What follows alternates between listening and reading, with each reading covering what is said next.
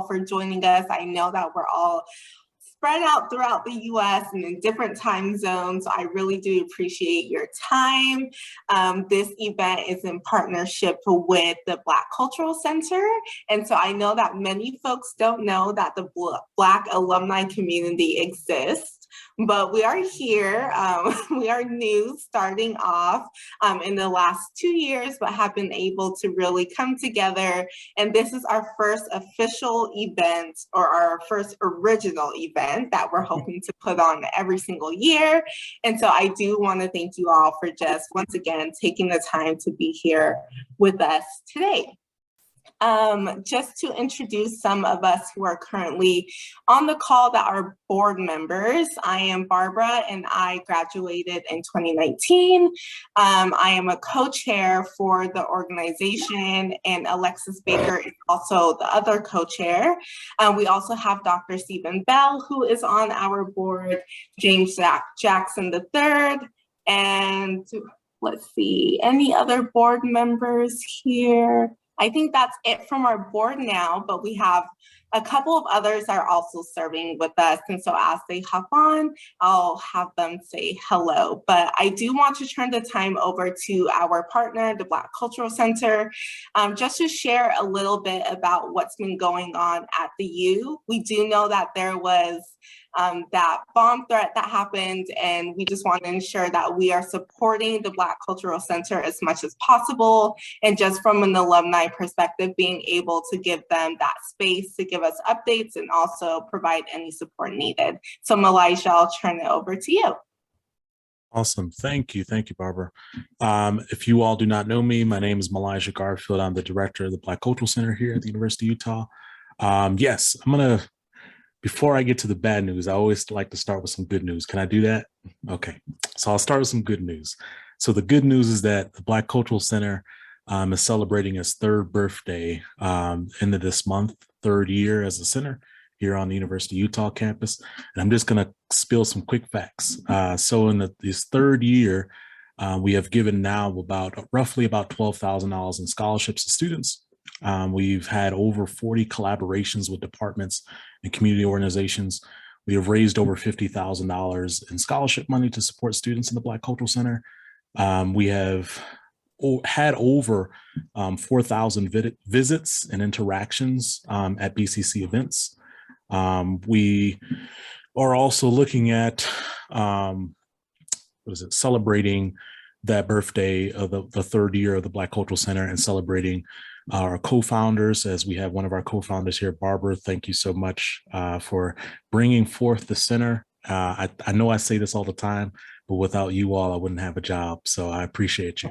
appreciate you. And so with that, yeah, we are celebrating some major milestones here. I do want to state that we have some other things that are going on. So we did launch a flagship program this fall called Operation Success, which is Students United to Create Cultural Educational Success Stories, in which we select 2 undergrad and 2 grad students to work on community projects pertaining to the Black community, whether it be here locally, nationally, or internationally. And they get scholarships and work in the Black Cultural Center. We are opening up, we're funding that is funded by our George Floyd Memorial Fund. And so I just want a quick plug, if you can, please give to the George Floyd Memorial Fund. We have a match donation from Domo that will be actually about $15,000 that they're donating actually next month. And so please donate and match that fund if you can, to support students and all the work that they're doing in our programs here in the Black Cultural Center. As far as in the bomb threat, yes. So if you all do not know, there was a bomb threat here at the Black Cultural Center. It was actually, I think, the second day of school of this semester. So it was just like right smack dab when we started school, and it was heartbreaking. Now I don't want to say that that's not the only thing that has happened here on campus. There's been numerous things that have been happening on campus, not just the bomb threat. There's been racist incidents towards some students. There's been things going on. There's been injustices going on. And so there's a lot going on as far as in the fight for not only Black students, but the students of color here on campus. And so with the bomb threat, the news that I have for you all right now is that they're still investigating right now. It is with the FBI. Now, if you all do not know, the bomb threat wasn't just to the Black Cultural Center, it was also to several historically Black colleges and universities in the country, as well as some other Black cultural centers here in the country as well. And so it was a national kind of threat. And we were part of that national threat as well. Now, the person that did call it, and I can share that information, was a person here in Utah. They're still trying to pinpoint the following details as far as in what happened. We had somebody turn in themselves like a week after the bomb threat, but it wasn't the person. They were just the person like, hey, we did this, but it wasn't the person. And so they're still trying to figure out everything. But as of right now, we have had police presence, not necessarily circling in the center every day, but they've been outside. We've also have community police officer relations now in our upper campus, which they survey the area as far as the Black Cultural Center, the American Indian Resource Center, our guest house, and several other services here on upper campus, just to patrol and also establish relations with us. It is a Black police officer, and so just to have that relation and familiarity with all of us. What else? I'll get further details, actually. Believe it or not, we're just a day early. I get some more details tomorrow, so I can share that out to you all in an email on some further updates. But yeah, that is it pretty much as far as in the Black Cultural Center. Thank you so much for all you do. Sarah, I'll give you 2 seconds if you just want to share anything about the Black Cultural Center. Also, yes, this is Sarah, our coordinator here at the Black Cultural Center. And turn on my mic. I'm going to share our link. We're going to wrap up our Black History Month events next week. So I will share the link to our calendar for Black History Month events. And yeah, I think that's it. All right. Thank you so much. I'll turn it over to you, Barbara. Awesome. Thank you so much, Elijah, for that update.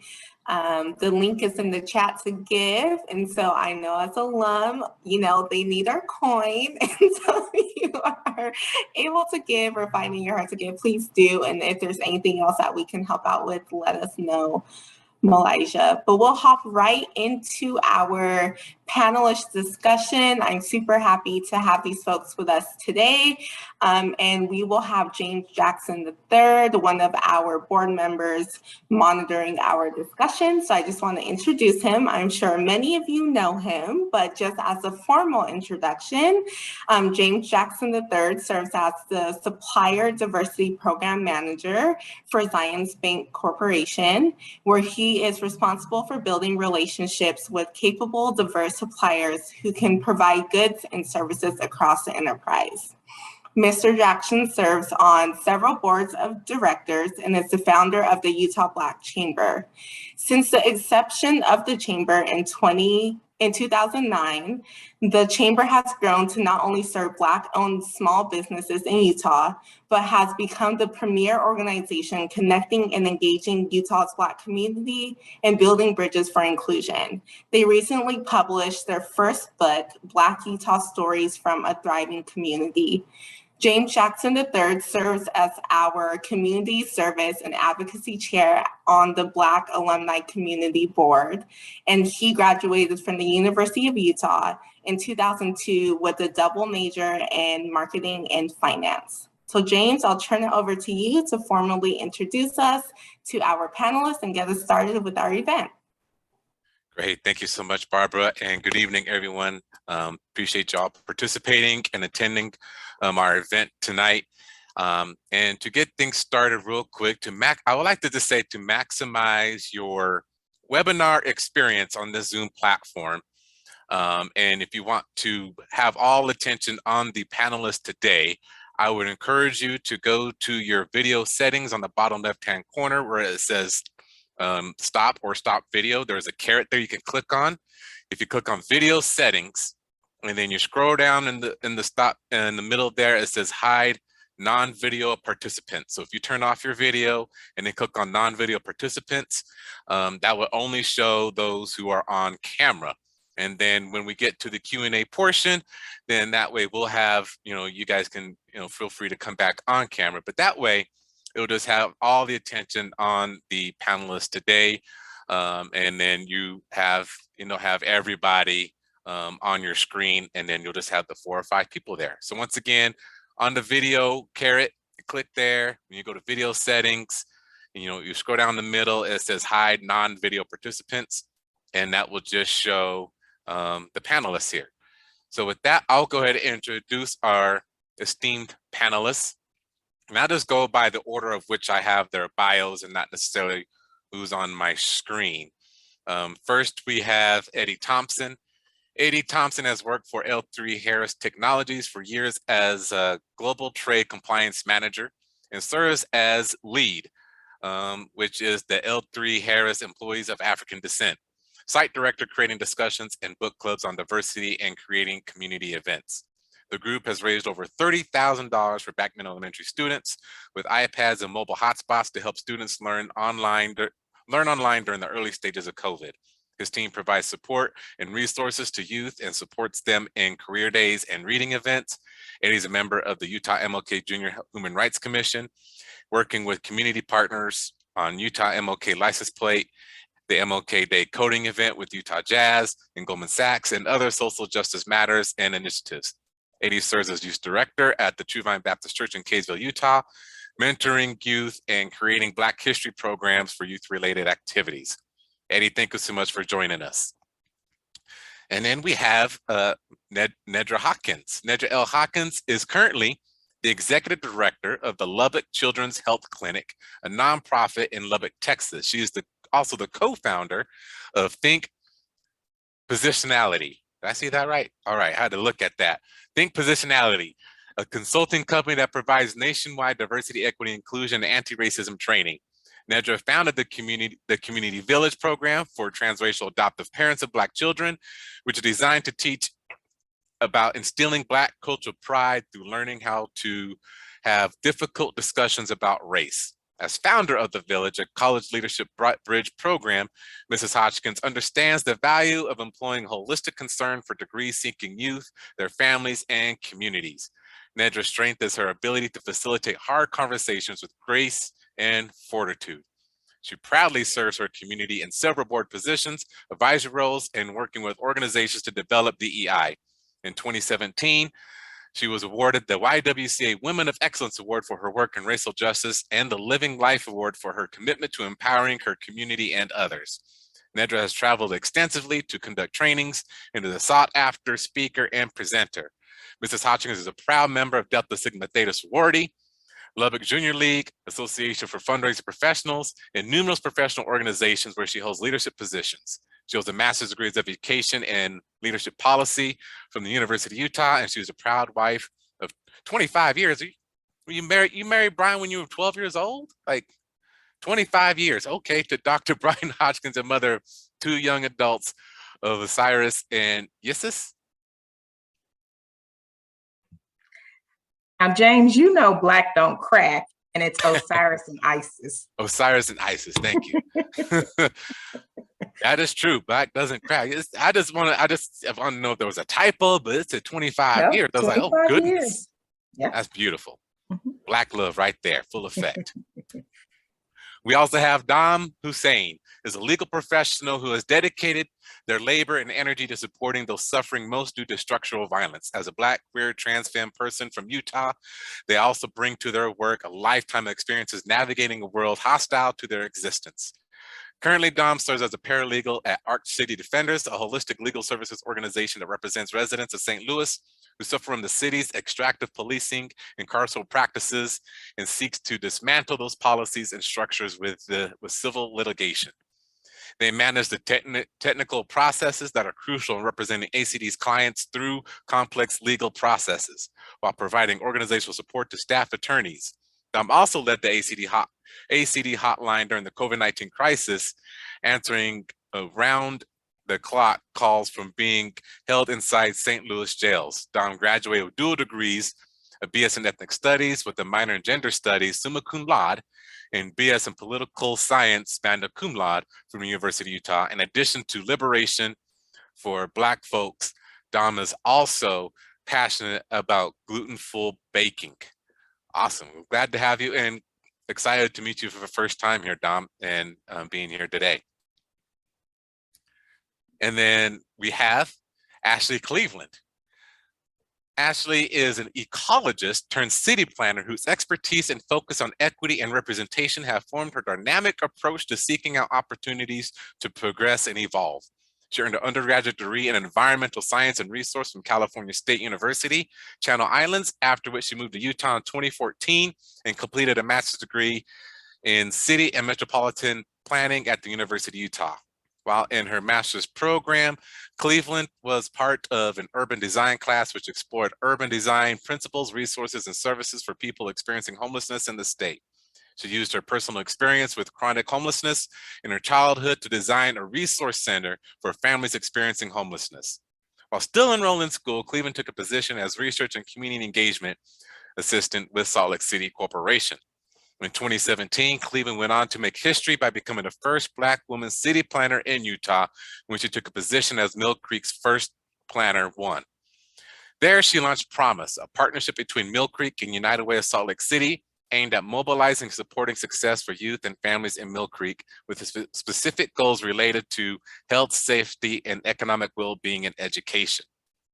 She's a founding member and sits on the board of directors for Curly Me, an organization focused on families with children of color, specifically Black girls between the ages of 5 to 14, with the goal of providing mentoring opportunities to help educate, empower, and encourage girls to be their best selves. He's also on the board of trustees of Tracy Aviary, a governor's outdoor recreation advisory board member, and is Utah's only outdoor Afro leader. And she's also a mother. Ashley, so glad to have you here. There are some powerful people on this panel discussion. I'm excited to talk with y'all today. This is what Utah produces, y'all. These Black folk right here. Well, I'm excited to go ahead and jump into this discussion. You know, I also am a graduate at University of Utah back in 2002. So, you know, just a little while ago. Not, I like to say not too long ago, but just a little while ago. And I like to just kind of start off because, you know, all of our experiences, because we, you know, there's almost a good 20-year gap between or more with us attending the University of Utah. And so I'll go with the most recent, as I see on the bio here, and then go back and see, and we can see how things have evolved and changed. But Dom, I'll start with you. Describe to me your experience being at the University of Utah. Yeah, thank you. Thanks, James. Yeah, I'm from Layton, Utah, born and raised in Layton, Utah. And my, you know, people here live in Utah, are semi-familiar with Utah. And so growing up in like a pretty suburban place, and most of my my dad's side of the family, so like the Black and brown side of my family, living out of state or in New York, it was going to the University of Utah was like the first time I really had the opportunity to like build and grow and like connect with other Black and brown folks, really around my age. And so going to the University of Utah was really like the beginning of like me making connections within like my Utah environment, because I had had other internships and other opportunities outside of the state, but first time really like exploring like what that could look like on campus and in like a Utah like neighborhood or local setting. And so that, along with having like amazing professors. I'll just name some off, like Dr. Fong, Dr. Johnson, Dr. Myers in the Transform College, really shaped like who and how I am today, and the things that I'm interested in pursuing and changing and shifting in my life. And yeah, I think that the development of the Transform, I hope I'm saying the name of the college right, but I know Transform's in the title, but the development of like the host of courses that are under the Transform School, and like being a part of seeing what the potentiality was for that college and growing along with it, yeah, it was really formative for me. That's awesome. That is great. And now trying to go back a few years, I believe Eddie, you know, as being the I think the one who graduated the latest here, or not the latest, the most further back, I would say. Would there would there be anything that you say has been different for you when you were attending the University of Utah? Anything that was different? First, I got to say, Dom, we got to get together. I didn't realize you're from Layton. I'm from Layton as well. Things I could have done differently. I wish I stayed on campus. I commuted to school every day. Back then, I think we had just had the Olympics, and so there was a lot of construction going on. So my travels would be like something like an hour to school and then working. So I wish I had stayed on campus, first of all, and then secondly, I wish I connected more people. It's something that I've, in the last, I don't know, 5, 6, 7, 8 years, I've started to do more of.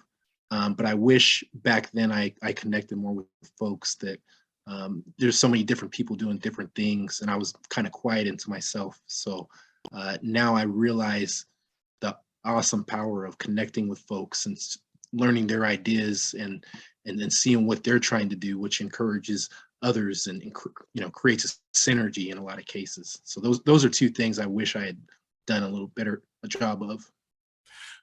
And relative to Dom's experience, talking about the great professors and how he's able to connect to a community here, was that the same for you? Because I mean, you grew up just around the corner for him, in Layton as well.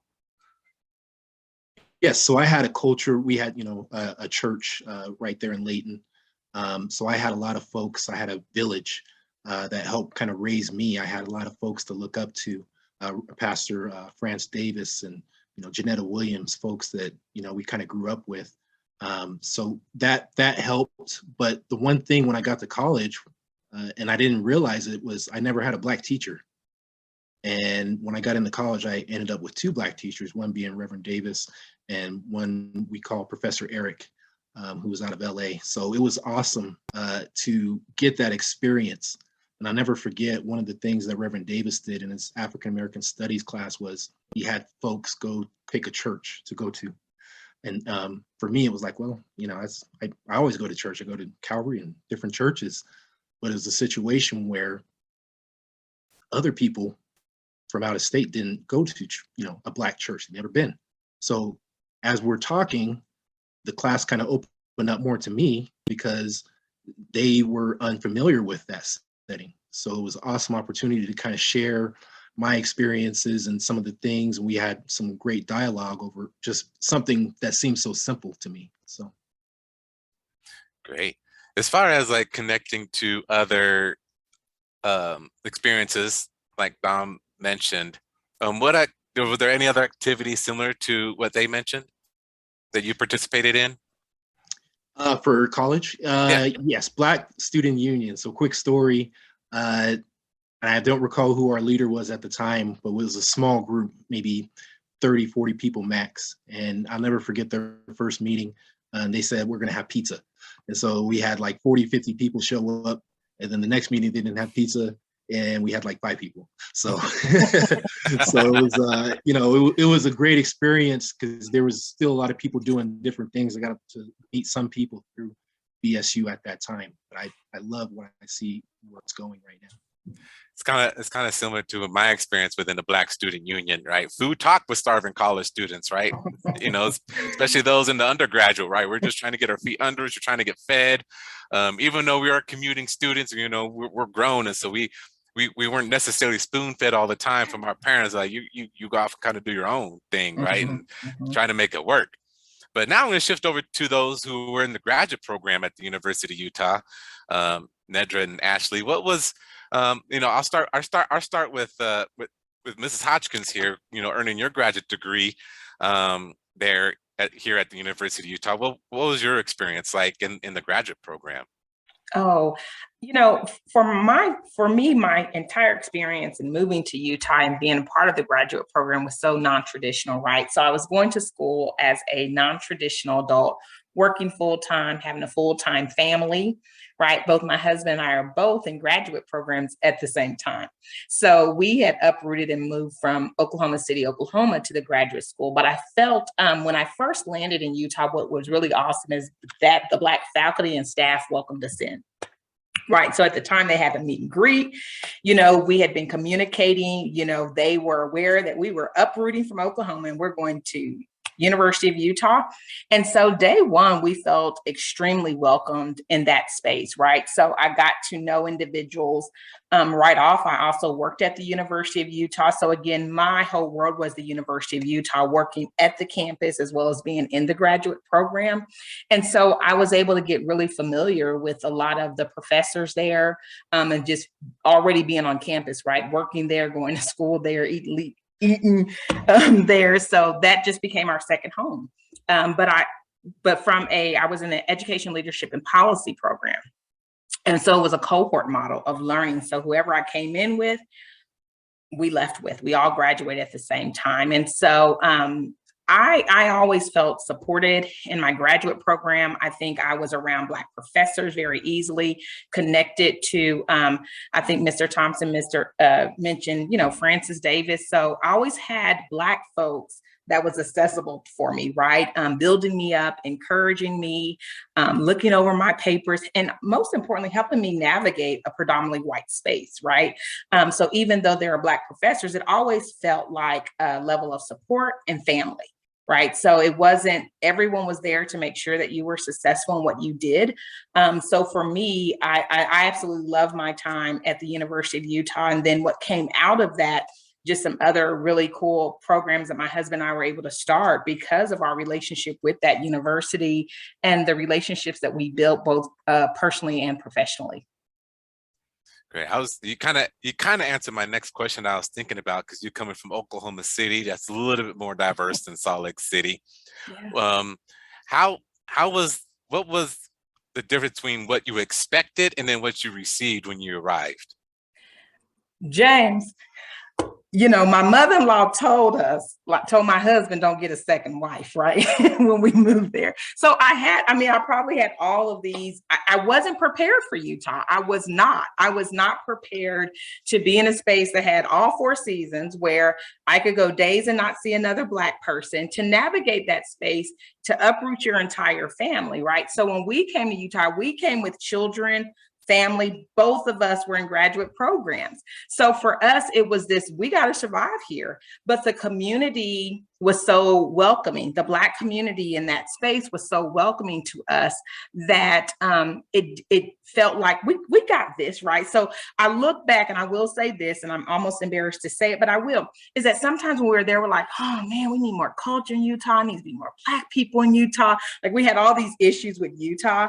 And then we get away and we're like, hey, I kind of like Utah, right? I miss my 4 seasons. I miss my folks over in Utah. And so it's definitely a different appreciation, but I don't think I was prepared for Utah going in. Again, my trajectory as a non-traditional student, both me and my husband, both being in graduate programs at the same time. And what's unique for us is that we also graduated together. So my husband graduated with his PhD in ELP. I graduated with my master's. We crossed the stage at the same time, had a huge celebration. So we were really fortunate to be guided through that. We came to Utah to get our degrees. We stayed there. We made some really, we did some really awesome programs there that continues today. So for us, we were just really fortunate to have a really great experience there, and was surrounded around some really good people. That's so great to hear. I appreciate you sharing that, because as a native Utahn, that's one of the main things, I worry about is, can we create that environment? Can we create that ambassadorship, if that's a word, to ensure we welcome folks with open arms, getting them connected immediately? And I believe the University of Utah makes it easier for us to be able to do that. Miss Cleveland, coming from the West Coast, home of the Super Bowl champion LA Rams. Yeah. California love in the house. No. Was Nedra shared her experience, coming from the Oklahoma City into Utah with the graduate program. Was it different for you? Did you receive the same, or what was your experience like? Well, my experience is that I came during an off season for my cohort. As Nedra mentioned, when you usually go into your graduate program with a cohort that begins in fall. I started my program in January. So I had a group of people that graduated before me and a group of people that I graduated with that came in the middle section. So it was really nice to be able to see people's projects wrap up and how they, figured out how they're going to get into new projects when we got our new round of cohort students. For me, my experience was a little bit more difficult, I feel, because I'm the first Black person to graduate from my program. And being that we're talking a lot about city planning and, how outcomes for people are in cities, I feel at times it was, much more deep conversations that I was the only Black person in the room for. But I did have a very exploratory experience in the fact that because I'm studying city planning, I did get a lot of opportunities to go to other cities and study them with an objective lens. So I got to go to New Orleans, I was able to go to Cuba, I was able to go to Portland and a handful of other cities. And I think that was probably one of the best experiences I've had so far because that has allowed me to to create an expansive network. Nedra mentioned that it's really important to have a group of people that are there to check in on you and make sure that you're okay through your program. And for me, it was through a lot of city planners that I met at APA conferences in different cities and states. I do think, though, that in my second year, I got a little bit more comfortable because that's when I got to know the Hodgins. They became my staple. Unfortunately, at the time, the BSU was kind of ramping down, and two other graduates, Keith McDonald and Natalie Pinkney, were actually leading the BSU at the time. So that's the other community that I was able to get tapped into during my last year. I would say overall, though, the professional connections that I was able to make in my graduate program were very, very important. And there have been a lot of opportunities for me to show my work off, as being a graduate student and being very young in my career. I mean, I've only been a city planner for 4 years, and now I am the deputy director for the Salt Lake City Mayor's Office for Community Outreach. So I can't complain too much, going to the University of Utah and knowing that our city planning program is up there being cited next to Stanford as industry leaders for city planning is very, very important. That's one of the reasons that led me here. So it may not be just the culture, but the University of Utah's reputation speaks for itself. That's awesome. Well, great to first, congratulations on the success that you've achieved here within the short amount of time that you have been here. This has been truly amazing to see you grow and thrive here. And, I feel like I've watched you for at least a little more than half that time. I like to keep my eyes out on these leaders coming up and doing some great things here. But going back, being that only Black person to graduate from that program, you mentioned it was, a little difficult, but what did it mean to you, knowing that where you are now, what did it mean to you being a Black student in that program? Man, it means so much now because as we're, me taking up room in that space and also being comfortable and finding my voice, the Hodgkins definitely helped me find my voice a little bit more through watching them. But in helping me find my voice and being able to point out room for improvement in certain areas, I think that has allowed the program to be better. In the past, I know the past 2 years we've been talking a lot about social justice, but a couple years prior, I think that me being able to bring some of those things to the table allowed for us to have very diverse faculty members now. We have more women than we've ever had before, and a good majority of them are non-white.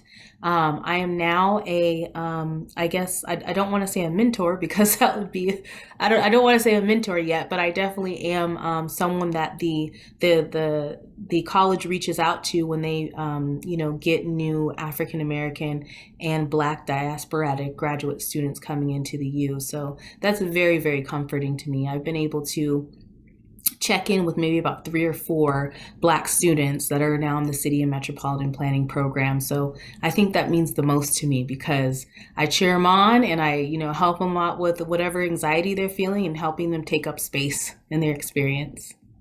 That's awesome. I love to see that. And, diversifying us in different industries, because while we're excited that we're creating these firsts, over time, I just want it to be the norm, right? We're involved in everything, right? But we'll still celebrate our history as we kind of grow forward.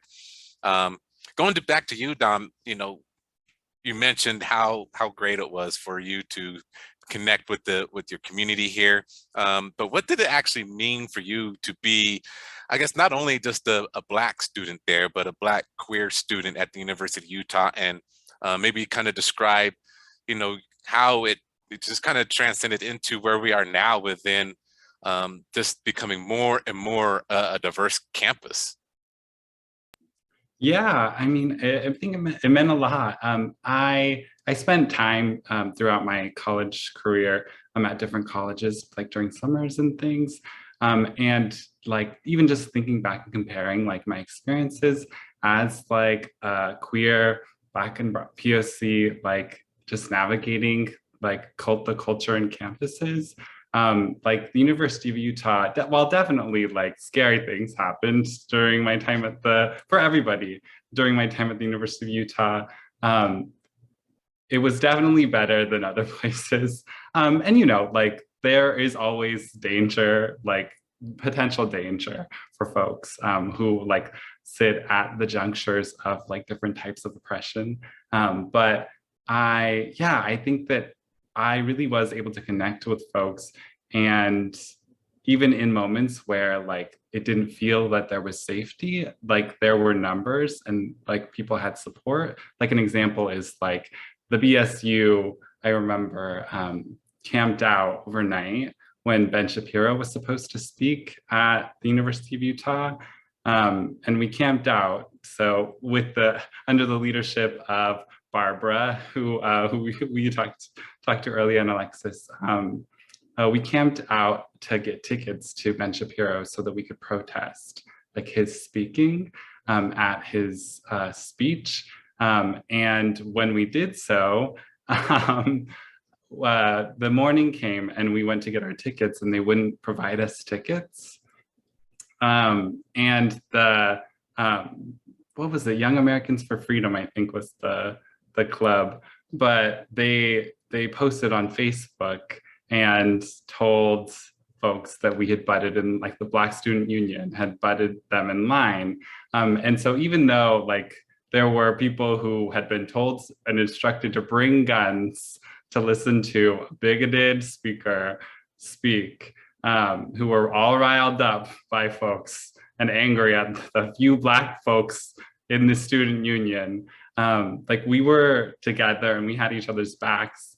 And yeah, I think that like there are lots of moments like that in which like there was potential danger near, but like the strength of not just like my connections with individual folks, but like the community that like had a heart, had a heartbeat on campus, and was like resonant for folks, was like palpable. Wow, that's great. I mean, I don't know if it was like that for me when I was back, 20 years ago. Eddie, would you agree? Like, what has changed at the University of Utah since you attended? Man, a lot's changed. I get the opportunity. My kids go to school right down the street from the University of Utah, and I get the opportunity to go past it every day. Seems like they're building something new and great every day. So that's really cool. I just reflected on my experiences, going to college. I specifically selected University of Utah. Most of my friends went to Weber State, but I kind of had tunnel vision. My folks had always trained me up, like you are going to college. There's no question about it. Like when you go to college, this will happen and this will happen. And so I just always was tunnel vision. And then when I got into college, it was a situation where I was paying my way. I had some scholarships, but I was paying my way. So I worked for sports radio. I worked with the Utah Jazz and several different other organizations, Layton Christian Academy, coaching basketball. So I was always focused, like, okay, let's get through the day. Let's get to the next thing. But I think the BSU specifically, they kind of opened my eyes in a lot of ways to making sure you get that connection, right? Making sure you're talking to folks. My mom pushed me to talk to Dr. Ron Coleman. So that, as I kind of started to grow out of my little shell, there was a huge support network there at the University of Utah for me. And I slowly tapped into that. So that's kind of my experiences. Awesome. That's great. Nedra, I'll go to you, and we're at a quarter till mark, and I want to be sure that there is time for some Q&A. I still have one or two more questions I want to ask. So while I'm asking these questions, if you guys have questions, post in the chat, to these panelists, and I'll go ahead and be sure we can get to them. But I still have, a couple more questions that I wanted to kind of get out that has been on my mind to kind of share. But Nedra, I'll go back to you real quick. Is what pearls of wisdom would you leave with current Black students? Be engaged, right? Speak to each other, talk to each other, build those relationships. I think it is so important when you're at a predominantly white institution to understand that, and also know who are the professors of color, right? Specifically, if you're Black, just kind of having that level of support. You never know when you're going to need it.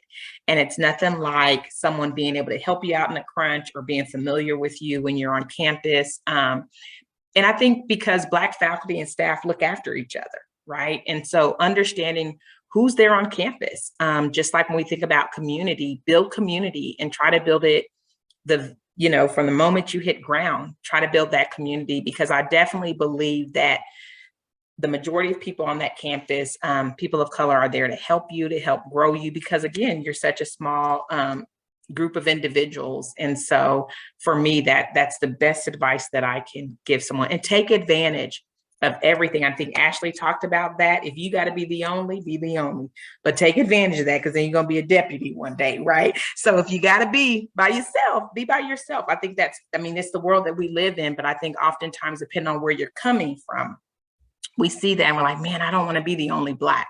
But the reality of it is you may be, right? Even when you leave the University of Utah in the work that you do, but take advantage of everything that University of Utah has to offer you. Even if you're the only, take advantage and have a seat at the table. Yeah, I feel like you and Eddie were kind of sharing the same sentiment. Ashley or Dom, do you have anything else to add to that? I would just quickly say, utilize all the resources that are on campus. One of the things that I'm really glad that I tapped into as a first generation grad student is we have discounted mental health services on campus. I'd highly suggest utilizing those for as long as you can. They'll help you out a lot, even if you don't feel you need it. We have a women's resource center that is amazing. We have an LGBTQI center. Like, if you don't have community, you can build it through things like the Binion Center and other resources like that. So don't be too shy to stop by. Yeah, I think awesome. Following up the same thing. Yeah, I think it's hard when you're you're working and you're going to classes and you're stressed and you're trying not to procrastinate too much and you're always rushed. It's hard to remember that there are spaces for you, the LGBTQ Resource Center, like you mentioned, and the Black Cultural Center. There are places for you that you can just go to and not do anything at and just be with and be. Yeah, I think it really, really matters and can really impact how you navigate and how you feel navigating your college experience, not just college, but university campus experience. Yeah, I agree. I feel like that was my mainstay. It was, the go-to. But back then, all I knew was CESA and yeah. somewhat of a Black student union. The Black student union, as Eddie explained, it was trying. Yeah. It was trying really hard. And now here they are with scholarship dinners and all this stuff. I'm like, man, at least they're coming up. But yeah, where I was, it was struggling. But I definitely took advantage of some of the Black professors. I got a B in Reverend Davis's class because I didn't participate enough. But I didn't want to be the brown noser either, so I didn't find that right balance. But it was just great having those. Yeah, Nedra. I will say this, James, is that one of the things that during the time, and I wasn't necessarily a student, but I was staff there at the time, is that, we were able to really do a lot of great work with CESA, BSU at the time, that I believe in Barbara's cohort, we were able to send about 16. This was the commitment that the University of Utah made as they were even thinking about the Culture Center, right? We were able to send 16 people to the Big 12 conference. Utah was not aware that they had a Black student Big 12 conference. And Dr. Hodgins had kind of put it out there, and the university flew us out there. The students had these amazing experience with other Black students, all a part of the Big 12 that they had never had done before, right? That the university made such a huge financial investment for our students, and particularly for Black students to be able to be around those other students and learn and engage. And they were like open to seeing what Greek life looked like, spoken word, and seeing like suited and booted folks from all across the country. We were actually in Missouri. And so it was such an eye-opening experience. Barbara said it changed her life, but we had these really great conversations about what it was for students who grew up in Utah and being at the University of Utah, a predominantly white college, going into spaces where other Black kids was Black excellence, right? And what did that mean to be a part of that? So we were super excited to be a part of some of those groundbreaking things that the University of Utah was doing for Black students, and being able to have them attend, and the university paid for everything. So it was awesome. And that is one thing, because I remember seeing that, and hearing about it. That was one thing I am kind of envious of, that I didn't get a chance to participate in. It's like, man, if I can just go back, be my daughter's age for just a moment, because she's a senior at the U right now. And I was like, man, if I can just be right there and just experience that, what would that be like? Yeah. And I think a lot of it is like when we think about, when you talked about your experience and Eddie's experience and Ashley and Dom's, is like it grew right out of the knowledge that the individuals that was there. So that's why I love the work, right? Like that we all have this passion and this love, not only for the University of Utah, but for Black students. And when we were there, we were cultivating them. We're cultivating them through resources. We're cultivating them through seeing something beyond when you're just the only, and now you get to be able to be in this group. And so as new people came, I think about the Molochs, who had done something so phenomenal around the university, and the history of those who came and left Utah, but some of those traditions are still going. But everybody kind of leaves their imprint while they're there to continue to grow like who we were, like as Black faculty and Black staff at the University of Utah. And so I love it because it continues. You see those legacies, even if they're not always, being done regularly. I mean, it's nice to just be able to know that they existed and that they supported the Black students at the time when they needed it most. Ashley, you're going to say something with that too, right? I was just reminiscing off of some of the events that Nedra mentioned, and two of the ones that always sit really close to my heart. One I didn't even get a chance to go to, but I still thought it was really dope that it existed, is every year we used to have two concerts on campus, and the one time in fall we had Talib Kweli come out, and that made me feel so good. That was such a good experience. I was so happy that they had a whole concert series with a very Black artist there. That was great. And then I believe there was another event where Spike Lee came out to visit, and the Hodgins hosted that one. I wasn't able to go, but I was still very impressed that he was there. That was an amazing thing, for us to experience. And I think as long as we can keep putting effort into things like that, so that we feel welcomed and that we grow from each of our footprints coming onto the campus, I think is really important. Man, Spike Lee. And I think Talib Kweli came like multiple times, and I missed him every single time. I don't even know how I ended up missing that. I was like, oh, that was silly. But sticking with you real quick, Ashley, Barbara had a question about navigating as the only Black person in class. Like, how was that? There were some funny times. There were a lot of awkward times. There are some times that pissed me off, for lack of a better word. With the students, it was a lot of awkward times, mostly because more than half of our student class were, I guess, professional married men who were Mormon, who were going back to advance their careers. And so they already had a really good knowledge of city planning, but they didn't really have a knowledge of anything else. So a lot of odd questions would come up, especially when we were talking about issues affecting Black cities, or POC cities in particular, not me as an individual. And then when it came to some of the faculty, in 2015, that's when we started having really, really deep conversations about police brutality. And it was a whirlwind for what we were experiencing, and a lot of trauma for myself. Out of the, I think, 6 faculty members that I had regular classes with, only one acknowledged what was going on, and that made me feel very safe. So there were instances that were, pushing and pulling left and right, and I had to do a lot of self-correcting in yoga to make sure that I stayed on track. Wow. Dom, Eddie, did you have any similar experiences, or have experiences being like the only one in a classroom? Yeah. Yes, but I was familiar with that growing up here in Utah, so I was very familiar with it. I think for me, it was more you were a number in college, right? And so what I tried to do was make sure I was at every class. Where in some cases, we might start with several hundred people, especially for our generals, and at some point it might get down to a couple.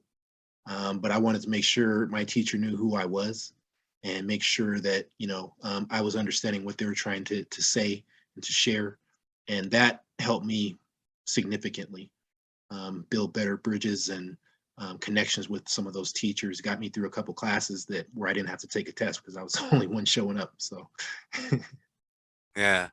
Dom, were you going to say something? I thought you were going to take yourself off mute too.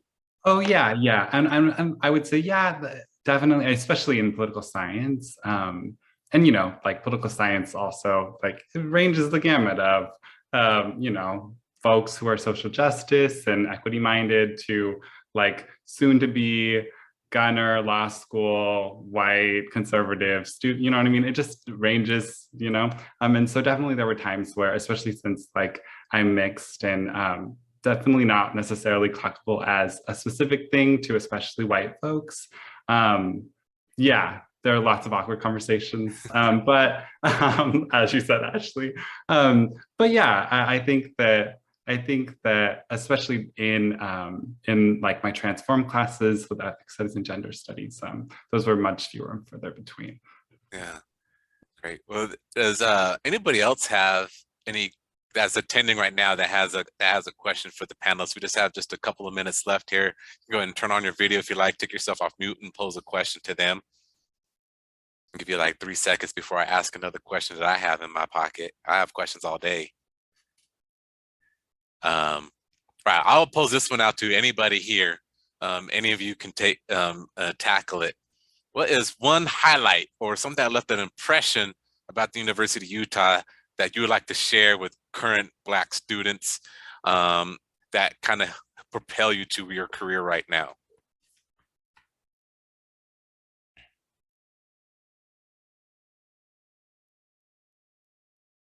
I didn't think it was gonna be that hard of a question. Y'all, did I stump y'all? No. I'll go. Okay. I'll say library services. As we get closer and closer into how we deal with technology, especially in this virtual era, library services has so many amazing things, from VR headsets that you can use to making 3D models for a lot of your presentations.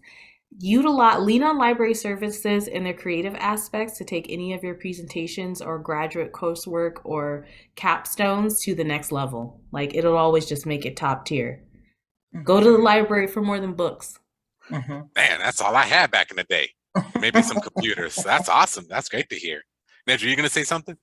I was going to say, for me, it was definitely my relationships with learning how to navigate university systems, how to be a little bit more PC, but navigation and the work that I do now, it's so important. And when we think about development of individuals and of people and understanding and bringing that uniqueness to any space. And so I think Utah definitely taught me about how to navigate different spaces, how to have hard conversations, how to develop myself. When I even think about career development as it relates to the work that I do now and in the role that I do now. And if you would have told me I was going to be doing what I do now, I would have said, no way, right? But all the skills that I learned, because I came straight from University of Utah to Lubbock, Texas, in a whole new industry, but all of those skills were transferable.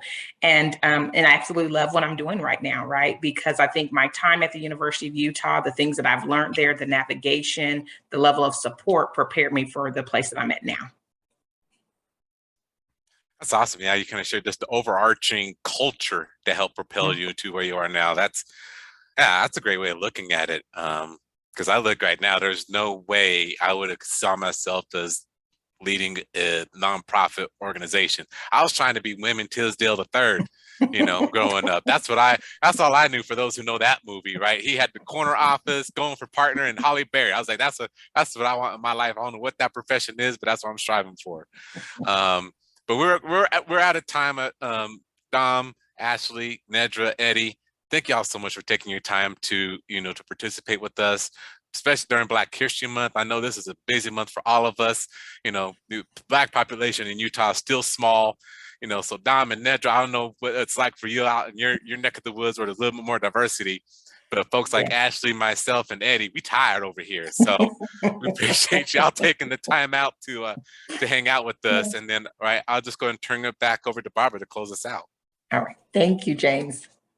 Yes, thank you so much. That was the highlight of my entire month. I'm taking that to my heart. I love that so much. Went down memory lane, talked about CESA takeover, Big 12, everything. I loved it so much.